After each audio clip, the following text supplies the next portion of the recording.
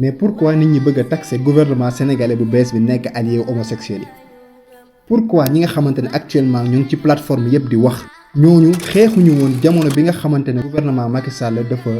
empêché woon criminalisation de l'homosexualité ci assemblée nationale et jamono bi nga xamante ne woon loolu amoon na lii moom moo nekkoon position ñi nga xamante ne tey ñoom ñoo nekk ci gouvernement bi. Milliers de Sénégalais qui sont venus répondre à l'appel de And Samm Jikko Yi pour manifester à la face du monde que le Sénégal n'est pas d'accord avec l'agenda LGBT. Et c'est pourquoi nous avons lancé une pétition. La pétition a sillonné le pays, a fait les 45 départements du pays. Et les Sénégalais massivement ont signé la pétition. Nos chefs religieux, musulmans comme chrétiens et le bois sacré, ont tous signé la pétition. Et deux khalifes généraux, le khalife général des Mourides, le khalife général des Tidjanes, ils ont accompagné leur signature d'une lettre pour montrer leur détermination à ce que le peuple sénégalais en unisson vote cette proposition de loi. Donc aujourd'hui, nous pouvons considérer que le Sénégal dans son entièreté, dans toute sa diversité, est pour la criminalisation de l'homosexualité. And Samm Jikko Yi nag am na fu ma ànd ak ñoom am na fu ñu réeroo tuuti. mooy fan. benn bi mooy ñoom dañoo ñëw gis ma sama kër amu ci kenn ku bokk sama parti politique biñ ñëwee dama leen ne mënoon ngeen bañ a ñëw sax parce que lii ànd naa ci te bu ma yàlla mayoon ma dénk réew mi bokk na ci loi yi may njëkk a voté ñu criminaliser bu ma yàlla dénkoon réew mi bokk na ci loi yi may njëkk a voté. te yàggul dara ci université Cheikh Anta Diop Ousmane Sonko ak Jean-Luc Mélenchon ci sujet homosexualité bi wane nañ seen désaccord Mélenchon moom daf koy soutenir te loolu ñëpp xam nañ ko Sonko wane na ko te ñun Sénégal ñun lii d'accorduñ ci. qu'il est convenu d'appeler les LGBTQ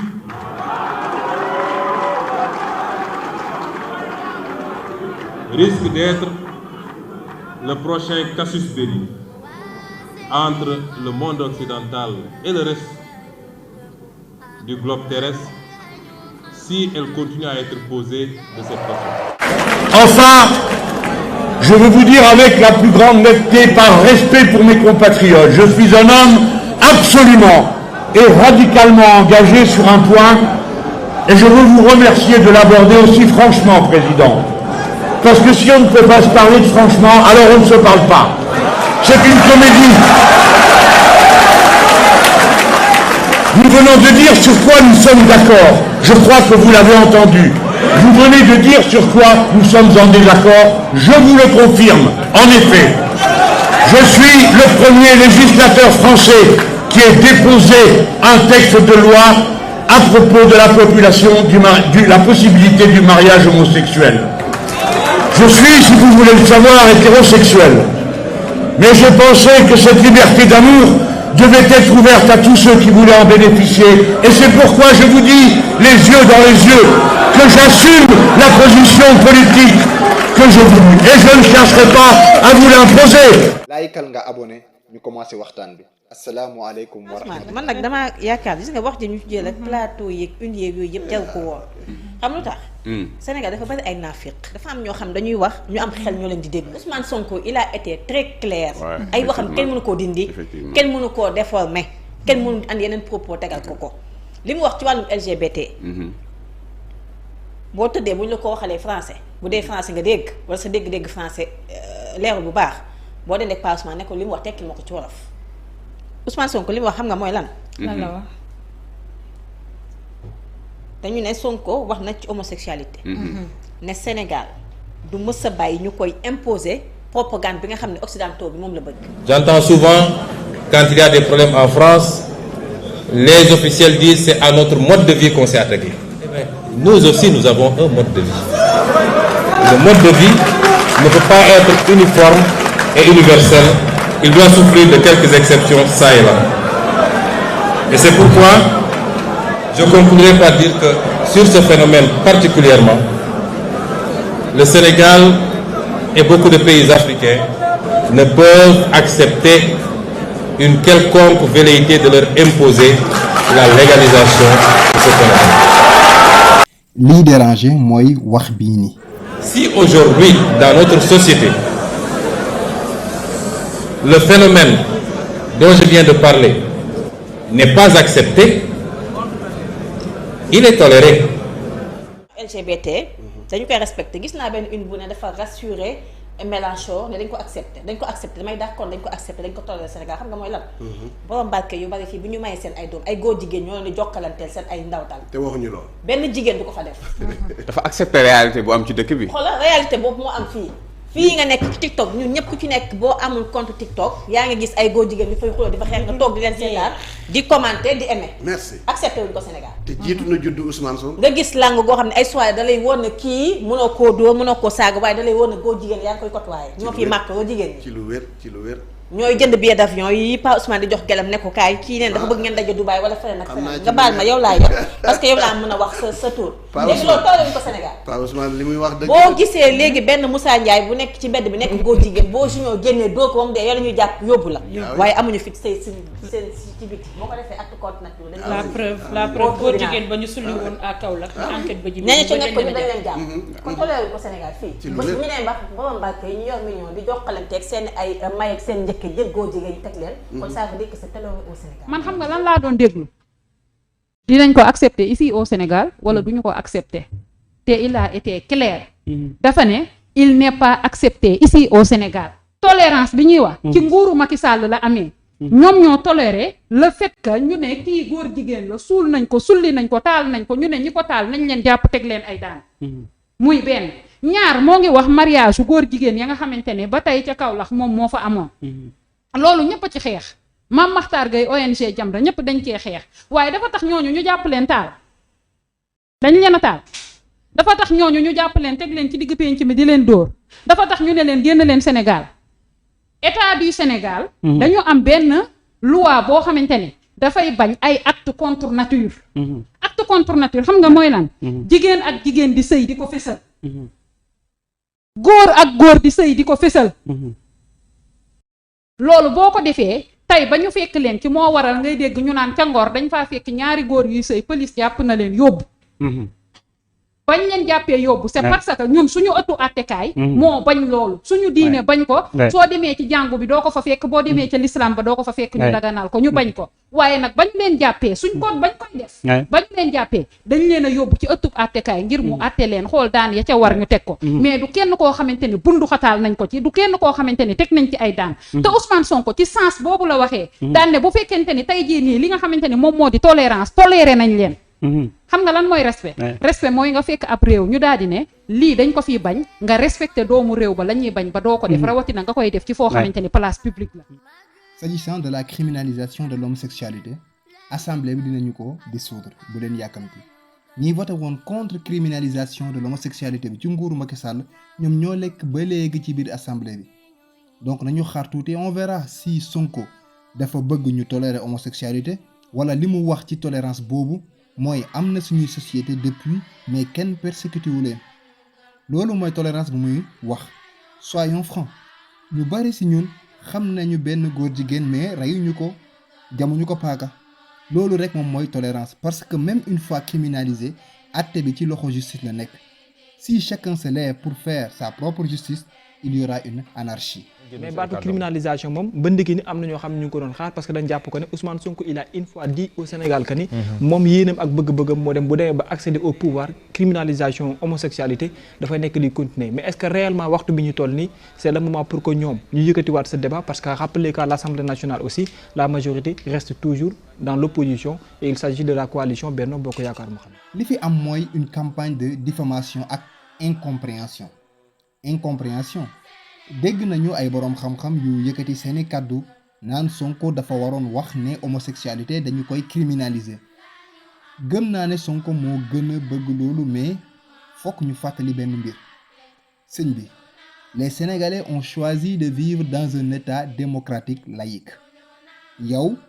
da nga choisir ne benn nit mënu fi teg loi lu dul assemblée moom moo koy décider donc en quelque sorte da nga wax ne Sonko amoo droit wax ne lii dañu ko war a def lu dul dafa war a jaar assemblée yow yaa ko décider yow miy nekk ci pays démocratique donc criminalisation homosexuelle loi bu ñuy voter la ci démocratie du mbir bu Sonko di proclamer les Sénégalais ne lui ont pas donné ce pouvoir c'est votre assemblée qui vote des lois donc nekkoo dafa waroon wax ne dañu koy criminaliser je trouve que c'est un peu abusé su ko defoon ñu ne ko dafa wax lu nga xamante ne concerné wu ko wala dafa wax lu xamante ne du ci ressortam ndaxte premier ministre du assemblée nationale dëgg-dëgg Ousmane Sonko nag dafa def constat rek moom mooy sénégalais yi dañuy dund ci dëkk boo xamante ne am na ay góor jigéen te xam nañ ko mais persécuté ñu leen ce qui est vrai ce qui veut dire que toléré nañu leen et cela est vrai te loolu moom mooy tolérance muy wax mais accepté wuñu ko donc la confusion bi nga xamante ne moom moo am actuellement moom mooy sénégalais yu bari dañoo jàpp ne Sonko moom dafa wax ne sénégalais yi accepté nañu homosexualité et il y a une différence bu am entre tolérer mbir à accepter ko ñu bari dañoo jàpp ne Sonko li mu wax moom mooy sénégalais yi dañoo accepter góor jigéen maanaam nangu nañ ko et pourtant du loolu li mu ne dafa am tolérance maanaam dinañ gis ab góor jigéen ci biir société bi mais duñ ko def dara dañ koy bàyyi donc maintenant nan lañ war a comporter wu ak góor jigéen ñi loolu loo xamante ne sénégalais ñoom ñoo koy décider du Sonko sénégalais ñoo koy décider par voie bi nga xamante ne moom la ñu tànn ndax dañ koy criminaliser ndax duñ ko criminaliser mais loolu du moom mooy ñëw ne damay criminaliser homosexualité parce que moom du assemblée nationale donc ñi nga xamante ne aussi ñoo ngi naan dafa dem université dajale étudiants yi pour wax ci mbiru góor jigéen loolu yàq der kese la nañu xam ne système bi certes gagné nañu ko ci élection yi mais deewul am na ay suq ay soldats yuy xeex ngir mu dellu si ñu dellu nekk ay jaamu occidentaux yi ngir contrat yu bon yi nga xamante ne moom la Sénégalais yi signé woon mu continuer di wéy di dundal Europe et par cela ñu continuer di importer seen culture gis ngeen ñi nga xamante ne ñoo ngi critiquer bu demoon ba ñi nga xamante ne ñooy anti système bi daanu ñoom ñooy ñi nga xamante ne ñoom ñooy jàppale mbiru homosexualité bi xool leen président bi nga xamante ne moo fi jóge woon bu taxawee ci kanamu sénégalais yi ne homosexualité war fi am bu demee ci occidentaux yi ne ñoo dëkk bi pareegul mais nañu def ndànk-ndànk donc gars yooyu ils sont là occidentaux yi ñoo leen di financer di leen fay ngir ñuy fragiliser gouvernement yi donc nañu prudent donc nañu bàyyi yàq der bi Charles Michel ñëw na fi en tant que président Union européenne ñu yëkkati mbiru góor jigéen démb Mélenchon ñëw fi ñu ne moom mooy jàppale góor jigéen yi amuñu leneen lu ñuy mën a critiquer gouvernement bi lu dul ci mbir bii ni moo tax ñu accroché aussi mais mënuñu nax kenn nañu dellu ci jamono xool yenn mbir ñii pourtant ñëw nañ Sénégal yëkkatiwul benn mbir et pourtant ces gens là amul kenn ku leen daax a jàppale góor jigéen li Sénégalais yi war a xam ñu noppale ko une bonne fois c'est que ci leader occidentaux yi mënoo fa am ku mucc ayib seen culture ci boppam aussi dafa bon ñoom ñëpp a ñàkk defaru dañuy xool rek ki fa tane nga mën a liggéey ak moom te nag ñu waxante dëgg France nag Mélenchon na dafa bokk ci ñii fa tane traditionnellement France dafa am ñaari mouvance dominante ñenn ñi ay républicains lañ moom mooy ñi ñu oowee la droite ñeneen ñi ay socialistes lañ mooy ñi ñu oowee la gauche Mélenchon ci gauche la bokk Macron moom ci droite la bokk comme Le Pen mais moom Le Pen moom lañ naan waa extrême droite donc bu leen doon comparer xool nañ ñoo ci tane lii la ñuy am bu fekkee ne ci mbiru Afrique Macron ñëpp xam nañ ne moom impérialiste la alors que Mélenchon moom day woote ci ay relations yu gën a jub parce que ñoom dañoo soxla Afrique. Il faut savoir s'entraider plutôt que de vouloir dominer, plutôt que de donner des conseils, plutôt que de dire aux autres ce qu'ils doivent faire. Donc nañ def ay relations moom tamit ce n'est pas pour aider l'Afrique mais pour ñu aider ñoom seen bopp bu fekkee ci cas Sénégal la Mélenchon dafa dénoncé woon dérive autoritaire yi nga xamante ne Macky Sall doon na ko def dénoncé woon acharnement bi nga xamante dañ ko amoon contre Ousmane Sonko ak waa Pastef. Mesdames, Messieurs, il y a déjà quelque temps que je me fais un honneur de me tenir aux côtés d'Ousmane Sonko lorsqu'il a commencé la bataille qu'il a engagée. bu fekkee ci mbiru immigration la Macron ak ay ñooñam dañoo bañ africain yi di fa ñëw jusqu'à ce que dañuy bàyyi ay bateau yoo xamante ne ay migrants yu nemte ay sinistrés lañ nekk ci ay problèmes bàyyi leen en détresse errer dans la mer pendant des jours alors que Mélenchon moom dafay défendre immigration di jàppale foofu lii tax africains yi di jóge fi Afrique pour dem Europe. L'immigration, c'est un exil forcé. Cet exil forcé résulte des politiques que vous soutenez en permanence dans cet hémicycle, des politiques économiques et des politiques guerrières. buñ ñëwee ci mbiru jullit ñi gis nañu waa droite ñoom dañuy tere muuru tere jigéen ñi di muuru tere sax sol abaya ci école dañuy bañ may joueur yi nga xamante ne dañoo woor ñu am pause ndogu ci weeru koor bi ku mel ni Karim Benzema biñ ko gisee muy julli di woor ba pare di ñaanal waa Palestine dañ ko taxé de islamiste ne moom c'est un agent du Hamas et pourtant Mélenchon ak waa France Insoumise ñoom dañoo défendre jullit ñi ci côté boobu bu baax sa dañ leen di défendre certes doyul mais moo fa tane. Dans ce pays, il n'y a pas de problème avec l'islam. Il y a un problème avec une poignée de fanatiques que nous mettrons à merci, comme nous l'avons fait exactement avec les catholiques intégristes, les juifs fanatiques, les bouddhistes exaltés, les évangélistes énervés. C'est-à-dire que d'une manière générale, les Français pensent comme moi, qu'ils en ont par-dessus la tête d'être obsédés par ces histoires de religion. Maintenant, bu ñu ñëwee ci côté guerre Palestine ak Israël bi nga xam te ne actuellement moom moo am France ak gouvernement ak extrême droite ak la majeure partie des hommes politiques dañuy soutenir Israël bu mot sëkk di ko jaay ay ngànnaay ngir mu mën a wëyal guerre bi di convoquer police ñi nga xam te ñoom ñoo ngi défendre Gaza di empêcher jeunes étudiants yi def ay mobilisation pour oote à un cessez-le-feu waxuñu pour ñu tëj ay Benjamin Netanyahu mais pour oote cessez-le-feu ñu yóbbu ay police di noot étudiants yi te ku mel ni Mélenchon moom gis nañu position am dafa défendre waa Palestine dénoncer génocide bi nga xam te ne moom moo am Gaza ba ñaar ci ay députés insoumis ku mel ni Rima Hassan ak Mathilde Panot dañ leen yóbbu woon police convoqué woon pour lan apologie du terrorisme te malgré ça ñoom delluwuñ ginnaaw. Je ne parle pas, hélas, du martyre que sont en train de souffrir tous ces pauvres gens, encore à l'heure à laquelle on parle. Mais ceux qui ne le comprennent pas, ont-ils définitivement quitté les rangs de l'humanité? Ont-ils cessé définitivement de ne plus être un être humain? Ça n'a plus rien à voir avec la politique d'avoir un instant de cœur pour pleurer en voyant des enfants mourir, ou de pauvres femmes, de pauvres hommes se blottir avec leurs petits pour éviter le fracas des bombes, les meurtres et les assassinats. Donc il est clair que kii moom moo gën ci paysage politique France loolu la PM xam moo tax mu dalal ko. Mais Mélenchon moom daf koy utiliser pour se positionner comme l'ami de l'Afrique et l'ami du Sénégal parce que loolu mën na ko may ay points ci sondage yi alors que Macron moom dafa échoué ci politique africaine am mooy lii ñëpp war a xam aussi que Mélenchon dafa soxla reconnaissance yu mel nii pour battre campagne avant ñun daan dem ci pays européens yi pour reconnaissance mais gars yi commencé di ñëw fii pour am la même chose donc loolu ce sont les prémices de la souveraineté. Donc ce qu'il y a à retenir c'est que Ousmane Sonko ak Mélenchon dañu am ay points de convergence certes mais côté homosexualité dañu fay diverger te ku nekk am na sa position lii tax Mélenchon ne Ousmane Sonko côté bii dañu am divergence loolu dafay wane ne ci côté homosexualité ils ne s'entendent pas mais comment invité bi comprendre na ne ils ne s'entendent pas sénégalais yi ñoom comprendre luñ ko donc foofu ku nekk dafa am sa position te ci seeni wax moom mooy man am naa sama position mais du ma la ko imposer loolu la Mélenchon wax donc xam na ne ñii d'accorduñ ci donc du ma même bu su ma nekkoon président France du ma la ko jéem a imposer donc suñu gouvernement bi dafa préférer être franc